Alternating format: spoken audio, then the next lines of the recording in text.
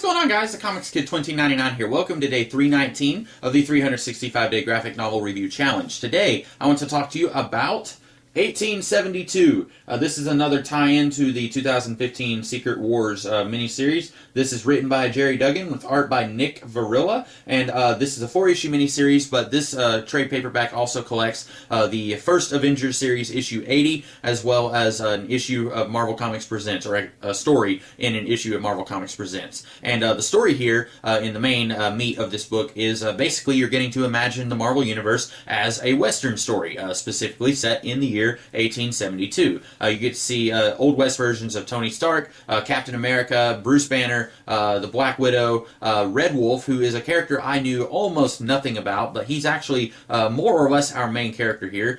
We get to see Bullseye, Elektra, Wilson Fisk. There are some other characters, Dr. Octopus.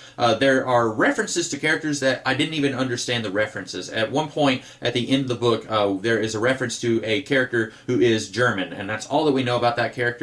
Maybe the Red Skull? I don't know, because we don't know anything else about that character. We just know that there are rumors about that character. But there are a lot of different Marvel Universe characters here, and we get to see them envisioned in an Old West setting, which, if you're a fan of Westerns, you definitely need to read this. Now, I am not much of a fan of Westerns. I am actually not really crazy about the genre as a whole. My dad is huge into Westerns. He loves watching Old West movies, and I've seen a few here and there, and most of the time I kind of can just take them or leave them, but I really like this story. I like getting to see the Marvel Universe through the lens of some other kind of genre. I wish that Marvel did more stuff like this. We got to see 1602 by Neil Gaiman back in the early 2000s, where he just imagined most of the Marvel Universe in the year 1602.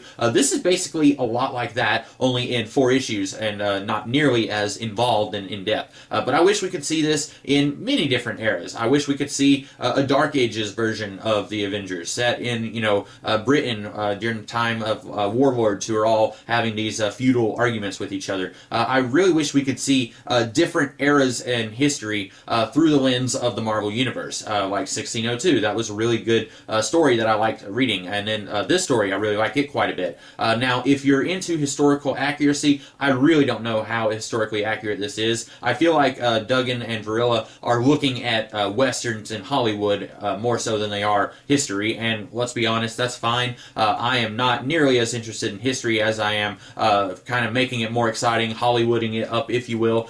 So I don't mind that they are following the tropes that you often see in the Old West movies. That doesn't bother me at all. But really, I don't have much more else to say about this book. There is one thing that I thought was a little weird. At the end, it says the Old West Avengers, or the Avengers of the West, will return.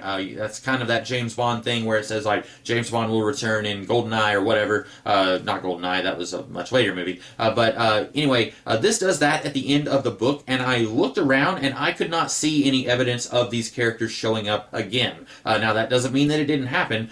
Maybe this meant that they will show up in the main Secret Wars event. I haven't read that, so I don't know, but I really would like to see more of this world brought to life by Varilla and Duggan. I think that it'd be really cool getting to see like other characters of the Marvel Universe. We hear a couple of mentions of the Parker household, and Bruce Banner, he's the apothecary in this town. He had to bring some medicine to Aunt May, so it'd be really cool to see an Old West version of Spider-Man. It'd be really cool to see War Machine. He shows up on the very last page. I'm assuming it's War Machine because it's him. Well, anyway, I won't spoil the last page, but I'm assuming that's War Machine. So it'd be really cool to see some of the other characters of the Marvel Universe show up here. Kind of like with 1602, where by the time I was done with that, I just wanted more of that world. I wanted to see more of the characters that we didn't get to see of, or more of the characters that we did get to see. But I would like to see more of this, and it seems like that was hinted at the end of the book, but then I can't find any evidence that there was another volume featuring these characters. So those are my thoughts on this book. I really liked it. If you like Westerns, you definitely need to read it. If you don't like Westerns, but you do like the Marvel Universe, I would give this a try, because a lot of times I find that even though I'm not a huge fan of Westerns, whenever I see a Western story that kind of infringes into the superhero genre just a little bit, I ended up loving it a lot. This reminds me of a book I reviewed a few years ago called Six Guns, which was actually set in the present day of the Marvel Universe, but it was kind of a Western story that used superhero tropes. And usually I like that quite a bit whenever you do that with superhero Western comics. So anyway, hope that you guys liked this review of 1872. And if you did, be sure to like, share, comment, and subscribe. And I will be back tomorrow with a different video. In the meantime, you guys have a great rest of the day. Catch you later.